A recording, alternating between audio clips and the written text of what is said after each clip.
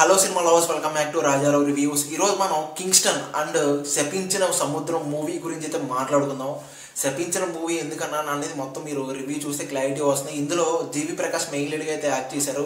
ఇది ఒక horror, adventurous and మిస్టరీగా mix చేసి మరీ గ్రిప్పింగ్గా చూపించారు.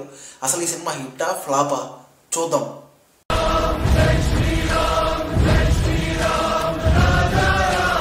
కింగ్స్టన్ ఒక మిస్టరీ సీ జర్నీలో పడిపోతాడు.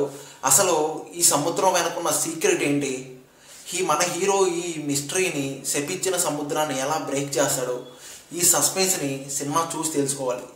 ప్లస్ పాయింట్స్ ఏంటంటే థ్రిల్లింగ్ విజువల్స్, డార్క్ సినిమాటోగ్రఫీ, జీవి ప్రకాష్ పర్ఫార్మెన్స్ అని చెప్పాలి, ఇంటెన్సివ్ బ్యాక్గ్రౌండ్ స్కోర్ కూడా. మైనస్ పాయింట్స్ ఏంటంటే slow narration in some parts, climax కొంచెం ప్రొటెక్ట్ చేసిన వాళ్ళు కొంతమంది ఉండొచ్చు.